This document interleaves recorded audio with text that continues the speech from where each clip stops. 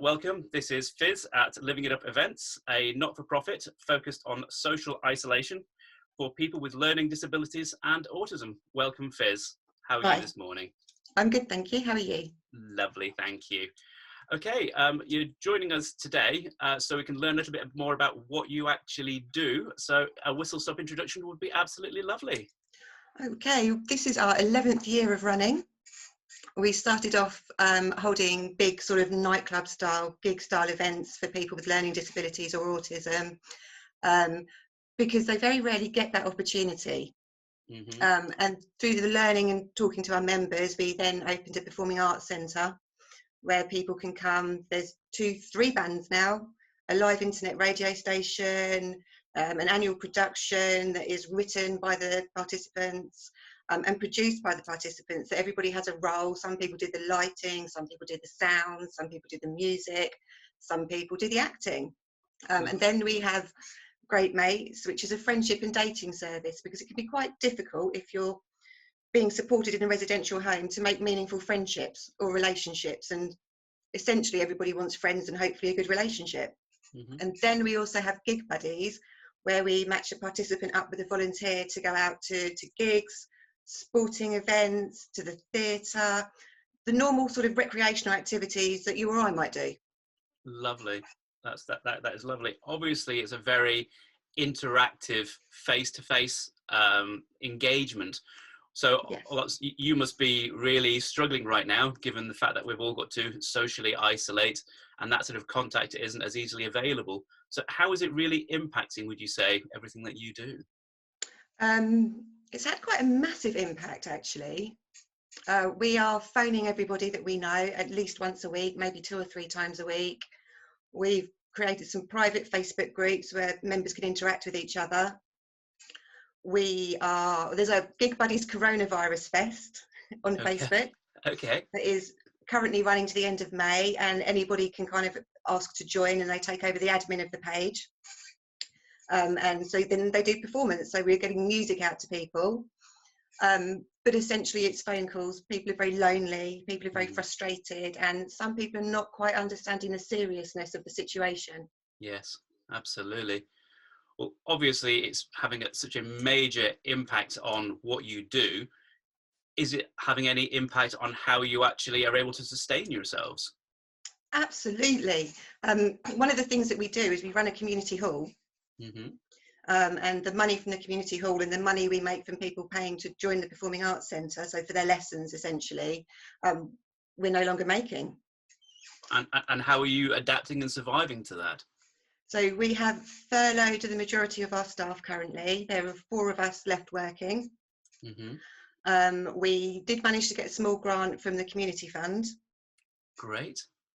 And we are desperately applying for grant funding at the same time as ringing people, but we are very lucky. We have a very, very good bank of volunteers that have stepped up and said, I'll run this Facebook group, I'll ring these people, which is lovely. But we have also lost a volunteer, sadly, to the virus. Oh, no. And that was horrendous, having to ring sort of all of our members and participants to let them know and not be able to do it face to face. It was really difficult. Yes. Yes, it's a very difficult time for that, for reasons I can certainly share.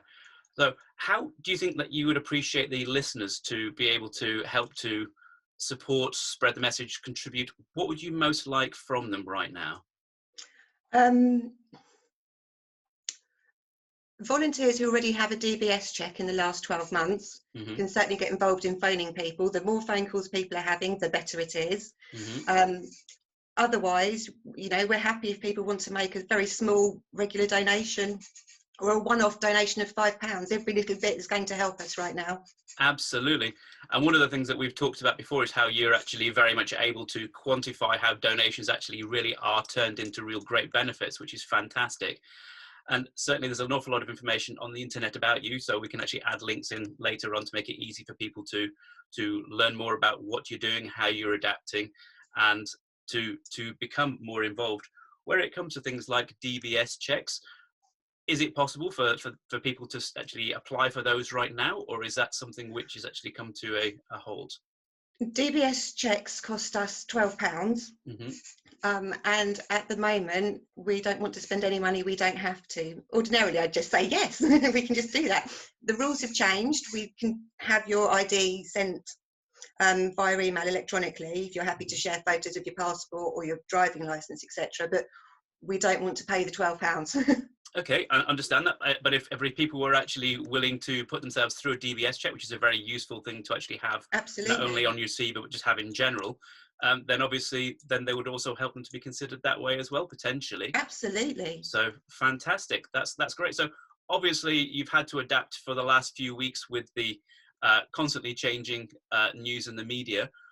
What would you say that you've learned most, as well as how you've adapted? What you really learned most from this current crisis? Um, I've learned that we're more resilient than we thought we were. Hmm. Um, that our staff and our volunteers are truly amazing. We wouldn't be able to do this, I don't think, without the volunteers and the staff. Oh, that's fantastic to hear.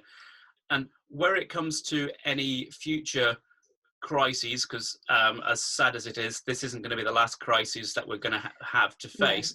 And sort of business continuity planning is something that a lot of businesses tend to overlook until they need it, and probably even more scary with regards to the charitable and non-profit world.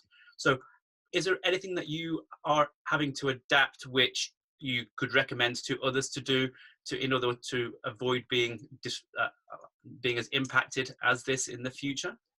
um, absolutely. The first thing would be to check your business interruption insurance. Yes. Our business interruption insurance only covered us for listed illnesses. COVID-19 is not on that list. Yes. So if Yes. we had paid for a higher level of insurance to cover any illness that would cause business interruption, we wouldn't be in this position. Hmm. Well, I'd imagine that's probably a lot more expensive, and that's probably going to get even more expensive, Yeah, potentially prohibitive for certain charities and non-profits and other organisations like that who are living um, within a very tight budget. So, are there any other recommendations that you might wish to give? we started considering the possibility of how it would impact us in early March, actually. Hmm. Having worked with vulnerable people through swine flu, bird flu, we're aware that they are generally more at risk of Yes. sort of getting quite nastily ill. And so we started having backup emergency plans that just in case it happens, what will we do? Brilliant. And that has worked really well. WhatsApp communication groups with all the volunteers and staff as well. Even just a general, hey, how you doing today? Haven't heard from anybody for a while. Hmm. That works amazing. People kind of feel connected, and I think everybody feels a little bit isolated at the moment. Yes. Um, for the people we support, they're generally feeling as isolated as we do, so they're feeling it worse. Okay. Is there any way that current technologies can also help them to get together? So, for example, could they potentially practice together on Zoom or Skype or some Not other way? everybody has access to the internet, and not everybody has the facilities to do so. So there are some people that are on house party, and I've joined their house parties. Uh-huh. Nobody seems to have Zoom. Nobody seems to have Google Hangouts.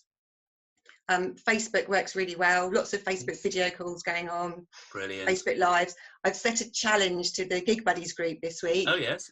to learn how to sign along to a song, and I'm learning one too. Excellent.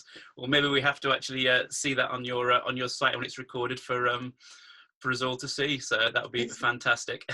much harder than I thought. I can imagine. Well, thank you once again for joining us, Fizz. Good luck with your mission.